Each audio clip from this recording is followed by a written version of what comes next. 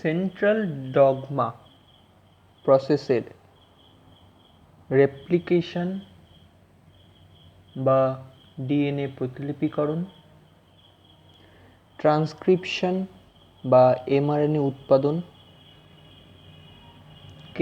অতিক্রম করে আজ আমরা এমআরএনএ থেকে প্রোটিন সংশ্লেষের যে গুরুত্বপূর্ণ পদ্ধতি ট্রান্সলেশন সেটা নিয়ে আলোচনা করব।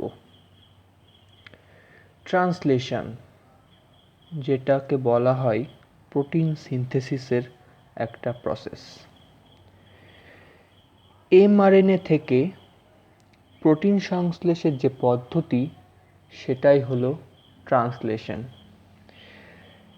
এমআরএনএর সাথে টিআরএনএ যুক্ত হয়ে ট্রান্সলেশন পদ্ধতিটি একসাথে ঘটায় এবং এটি রাইবোজোমে সংঘটিত হয় এবং রাইবোজোমেই প্রোটিন সিনথেসিস হয় বলে রাইবোজোমকে বলা হয় প্রোটিন ফ্যাক্টরি। তাহলে ডেফিনেশন কি বলা আছে দেখা যাক। Synthesis of protein by sequencing of amino acid 20টা অ্যামাইনো অ্যাসিড, যে প্রকৃত অ্যামাইনো অ্যাসিড 20টা আছে সেই প্রকৃত 20টা অ্যামাইনো অ্যাসিডই প্রোটিন সংশ্লেষে অংশগ্রহণ করে। তাহলে সিনথেসিস অফ প্রোটিন সংশ্লেষণ বাই সিকোয়েন্সিং অফ অ্যামাইনো অ্যাসিডকে নির্দিষ্ট সিকোয়েন্সে সাজিয়ে টু পলিপেপটাইড চেন, অ্যামাইনো অ্যাসিডকে নির্দিষ্ট শৃঙ্খলে সাজানো হলে তাকে পলিপেপটাইড চেন বলে। By the or according to the codon of mRNA, এমআরএনএতে যে কোডন রয়েছে যেটা রেপ্লিকেশন পদ্ধতিতে ডিএনএতে এসেছিল এবং ডিএনএ থেকে ট্রান্সক্রিপশন পদ্ধতির সময় এমআরএনএ যে কোডন পেয়েছিল ডিএনএর কোডিং স্ট্র্যান্ড থেকে, সেই কোডন অনুযায়ী অ্যামাইনো অ্যাসিডকে সাজিয়ে পলিপেপটাইড শৃঙ্খল গঠনের মাধ্যমে প্রোটিন সংশ্লেষণ বাই দ্য হেল্প অফ টিআরএনএর সহায়তায় ইন রাইবোজোমে কল্ড ট্রান্সলেশন। অর্থাৎ এমআরএনএর কোডনকে কেন্দ্র করে বা এমআরএনএর কোডন অনুযায়ী অ্যামাইনো অ্যাসিডগুলিকে পরপর সাজিয়ে বা সিকোয়েন্সিং করে তাকে পলিপেপটাইড চেনে পরিণত করা এবং তার থেকে প্রোটিন সংশ্লেষণের যে পদ্ধতি তাকেই বলা হচ্ছে ট্রান্সলেশন। এবার দেখে নেব ট্রান্সলেশনের জন্য নেসেসারি এলিমেন্টগুলো কি কি। 1 নম্বর ডিফারেন্ট অ্যামাইনো অ্যাসিড, 20 প্রকারের অ্যামাইনো অ্যাসিড দরকার। 2 নম্বর এমআরএনএ দরকার। 3 নম্বর 1 টিআরএনএ ফর 1 অ্যামাইনো অ্যাসিড, একটি অ্যামাইনো অ্যাসিডের জন্য একটি করে নির্দিষ্ট টিআরএনএ। সব টিআরএনএর সাথে সব অ্যামাইনো অ্যাসিড জুড়তে পারে না। আমরা টিআরএনএর গঠনে পড়েছিলাম যে 3' এন্ড থাকে, সেই 3' এন্ডে অ্যামাইনো অ্যাসিড অ্যাকসেপ্টার অঞ্চল থাকে, সেখানে অ্যামাইনো অ্যাসিড বাইন্ড করে। 4 নম্বর রাইবোজোম, যেহেতু রাইবোজোমে ট্রান্সলেশন পদ্ধতিতে সংঘটিত হয় রাইবোজোমের স্মল সাব ইউনিট এবং লার্জ সাব ইউনিটে, তাই জন্য রাইবোজোমও দরকার। 5 পেপটিডাইল ট্রান্সফারেজ একটা enzyme, peptidyl transferase enzyme to make peptide bond between 2 amino acid. কারণ আমরা জানবো পলিপেপটাইড শৃঙ্খল কি, পলিপেপটাইড শৃঙ্খল হচ্ছে অনেকগুলো অ্যামাইনো অ্যাসিডের পরস্পর পেপটাইড বন্ডের দ্বারা যুক্ত হওয়ার ফলে একটি শৃঙ্খল। তাহলে এই পেপটাইড বন্ড গঠন করতে গেলে একটা এনজাইম দরকার, সেই এনজাইমটা হলো পেপটিডাইল ট্রান্সফারেজ। ক্লিয়ার? এবার আরেকটা লাগে amino acyl tRNA synthetase enzyme, amino acyl tRNA synthetase enzyme. এইটা কি করে? এটা অ্যামাইনো অ্যাসিডকে টিআরএনএর ওই 3' প্রান্তে বাইন্ড করতে সাহায্য করে। তাহলে কি নাম বললাম? Amino acyl tRNA synthetase enzyme. আর যে এনজাইমটা পেপটাইড বন্ড গঠন করে তার নাম কি? Peptidyl transferase. এবার কিছু ফ্যাক্টর আছে যেগুলো প্রোটিন গঠিত হতে পারে, যেমন ইনিশিয়েশন ফ্যাক্টর, পদ্ধতিটার সূচনা করতে ইনিশিয়েশন ফ্যাক্টর লাগে। সেই ইনিশিয়েশন ফ্যাক্টরগুলো হলো IF1, IF2, IF3। Elongation factor পদ্ধতিটা সামনের দিকে এগিয়ে নিয়ে যেত বা পদ্ধতির বিস্তারণে 3 ধরনের ফ্যাক্টর লাগে। ইলংগেশন ফ্যাক্টর যেটা হচ্ছে EFTU, EFTS। EF মানে ইলংগেশন ফ্যাক্টর, এখানে IF মানে ইনিশিয়েশন ফ্যাক্টর। তাহলে ইলংগেশন ফ্যাক্টর EFTU, EFTS। আর রিলিজিং ফ্যাক্টর শেষ করতে প্রক্রিয়াটাকে 3 ধরনের ফ্যাক্টর লাগে, RF1, RF2, RF3। এবার আমরা নিনজা টেকনিকের মাধ্যমে বুঝে নেব কি করে ট্রান্সলেশন পদ্ধতিটা সংগঠিত হচ্ছে। এই পদ্ধতিটার আমি একটি নির্দিষ্ট মজার নাম দিয়েছি নিনজা টেকনিক, কারণ এটা এত সহজেই বোঝা যাবে যে খুবই ক্ল্যারিটির সাহায্যে বিষয়টা মাথায় বসে যাবে। তাহলে প্রথম স্টেপ কি? এবার আমরা পড়ব প্রসেস, কি করে ট্রান্সলেশনটা সংঘটিত হচ্ছে। প্রথমে হচ্ছে চার্জিং অফ টিআরএনএ। চার্জিং মানে কি? চার্জিং তো আমরা শুনি কোনো যন্ত্রকে চার্জ করার জন্য, তাহলে টিআরএনএ তো কোনো যন্ত্র না, টিআরএনএর কি চার্জিং হবে? আসলে চার্জিং কথার অর্থ হলো টিআরএনএকে অ্যাক্টিভ করা। কি করে টিআরএনএ অ্যাক্টিভ হবে? টিআরএনএর সঙ্গে যখন অ্যামাইনো অ্যাসিড যুক্ত হবে তখন টিআরএনএ অ্যাক্টিভ হবে। এই চার্জিং অফ টিআরএনএ দুটো প্রসেসের মাধ্যমে ঘটে থাকে। ফার্স্টে কি হয়, অ্যামাইনো অ্যাসাইল টিআরএনএ সিনথেটেজ এনজাইমের সঙ্গে বিক্রিয়া করে। অ্যামাইনো অ্যাসাইল টিআরএনএ সিনথেটেজ এনজাইমের সঙ্গে বিক্রিয়া করে। সিনথেটেজ বা সিনথেসিসও লেখে, কিন্তু উৎসেচকের ক্ষেত্রে সিনথেটেজ আমরা লিখব। সিনথেটেজ এনজাইম এটিপির প্রেজেন্সে, শক্তি দরকার, এটিপি লাগবে, অ্যাডিনোসিন ট্রাইফসফেট, তাহলে একটা কমপ্লেক্স টাইপের গঠিত হবে যার নাম হবে enzyme AMP amino acid. Enzyme মানে অ্যামাইনো অ্যাসিড টিআরএনএ সিনথেটেজটা চলে আসলো এই কমপ্লেক্সের মধ্যে। এটিপি ভেঙে AMP পাচ্ছি, অ্যাডিনোসিন ট্রাইফসফেট ভেঙে আমরা অ্যাডিনোসিন মনোফসফেট পাচ্ছি, এবং তার সঙ্গে PPI যেটাকে বলা হয় ইনঅর্গানিক ফসফেট বা পাইরোফসফেট নির্গত হচ্ছে। তাহলে অ্যামাইনো অ্যাসাইল টিআরএনএ সিনথেটেজ এনজাইমের সঙ্গে এটিপির প্রেজেন্সে বিক্রিয়া করে এনজাইম AMP অ্যামাইনো অ্যাসিড বলে একটি কমপ্লেক্স গঠন করছে। সেকেন্ড পর্যায়ে কি, এই এনজাইম AMP বা অ্যাডিনোসিন মনোফসফেট অ্যামাইনো অ্যাসিডের যে কমপ্লেক্সটা সেটা এবার টিআরএনএর সঙ্গে বিক্রিয়া করবে।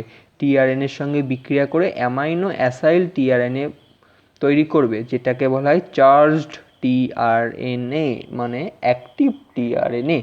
অ্যামাইনো অ্যাসিড কথার অর্থ হচ্ছে টিআরএনএ যদি আমরা ধরি, এই একটা যদি আমরা টিআরএনএ ধরি,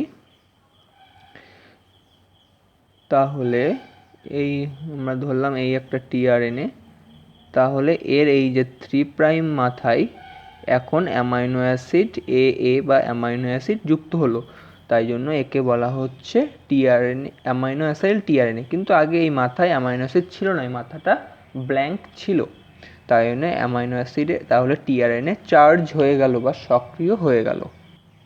এখানে ছবির মাধ্যমে দেখানো হলো এই হচ্ছে এনজাইম, এই হচ্ছে অ্যামাইনো অ্যাসিড, মিলে enzyme AMP amino acid complex গঠন করছে। এইটা টিআরএনএর সঙ্গে বিক্রিয়া করে চার্জ টিআরএনএ উৎপন্ন করছে। মাথায় অ্যামাইনো অ্যাসিড চলে আসলো, কোথায়? 3' এন্ডে। এইটা মনে রাখবো, কোথায়? 3' এন্ডে।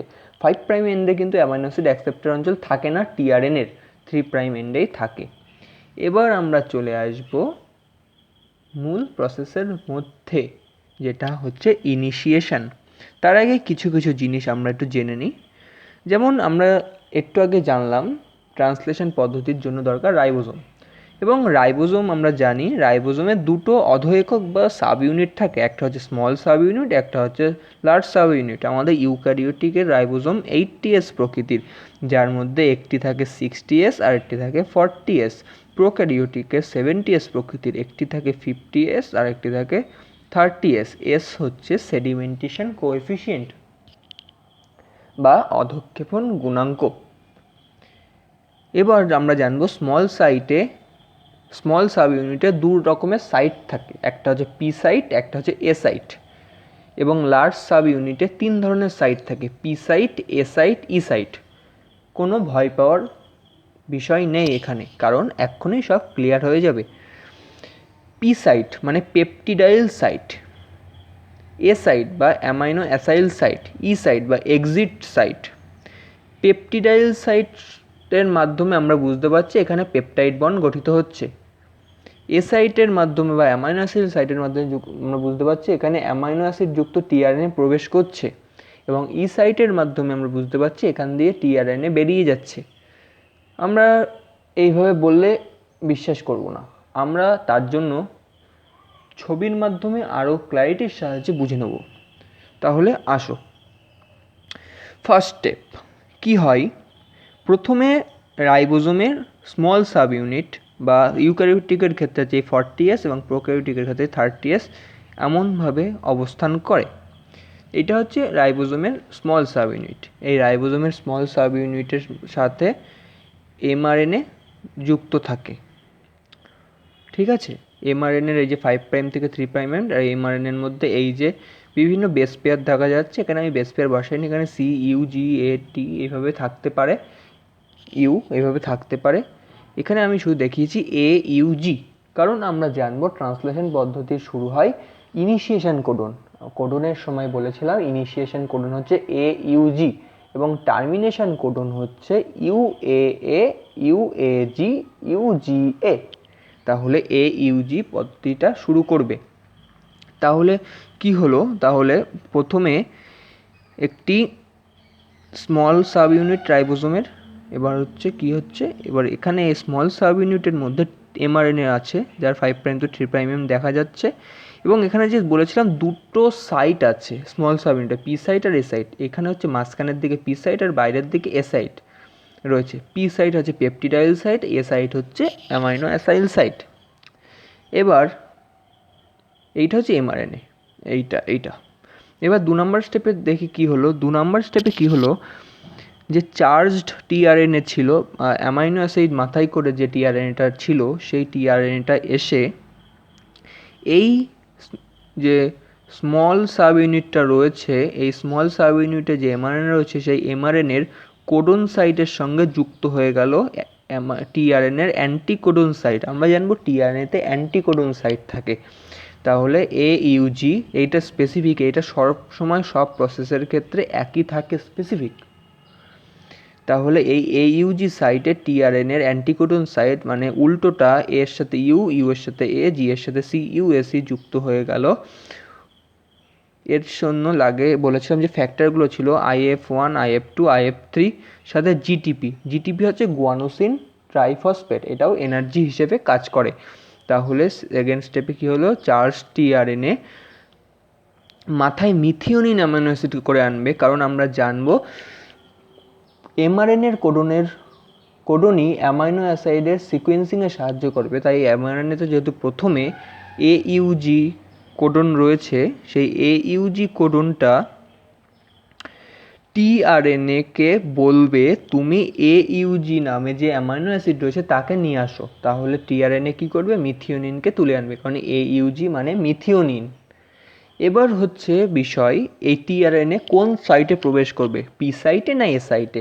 আমরা জানবো প্রথমে টিআরএনএ পি সাইটে প্রবেশ করবে বা পেপটিডাইজড সাইটে প্রবেশ করে টিআরএনএ, রাইবোজোমের small sub unit, mRNA, IF3, IF1, IF2 এই সবগুলো মিলে একটি ইনিশিয়েশন কমপ্লেক্স গঠন করবে। এবার পয়েন্ট নাম্বার 3তে কি হয়, যে এতক্ষণ স্মল সাব ইউনিট ছিল, এবার রাইবোজোমের লার্জ সাব ইউনিটটা চলে আসবে। এই যে স্মল সাব ইউনিট, এই হচ্ছে large sub unit. Large sub ইউনিটে 3টে সাইট থাকে, A site, P site, E site. A for amino acid site, P for peptidyl site, E for exit site. Exit মানে যেখান দিয়ে বেরিয়ে যাবে। তাহলে এই দেখা যাচ্ছে এ সাইট, এই দেখা যাচ্ছে পি সাইট, আর এই দেখা যাচ্ছে ই সাইট, এইটা হচ্ছে পি সাইট। তাহলে টিআরএনএ এখানেই এইউজির সঙ্গে জুড়ে গিয়েছিল, অ্যান্টিকোডন কোডনের সঙ্গে জুড়ে গিয়েছিল, মাথায় মিথিওনিন নিয়ে এসেছে। এখানে শুধু দেখানো হয়েছে লার্জ সাব ইউনিট এসে জুড়ে গেল। এখানেও এনার্জি লাগছে কিছুটা। তাই এইটা হচ্ছে ইনিশিয়েশন, প্রসেসটা শুরু হবে, মানে সব গোছানো হয়ে গেল, এবার প্রসেসটা শুরু হবে।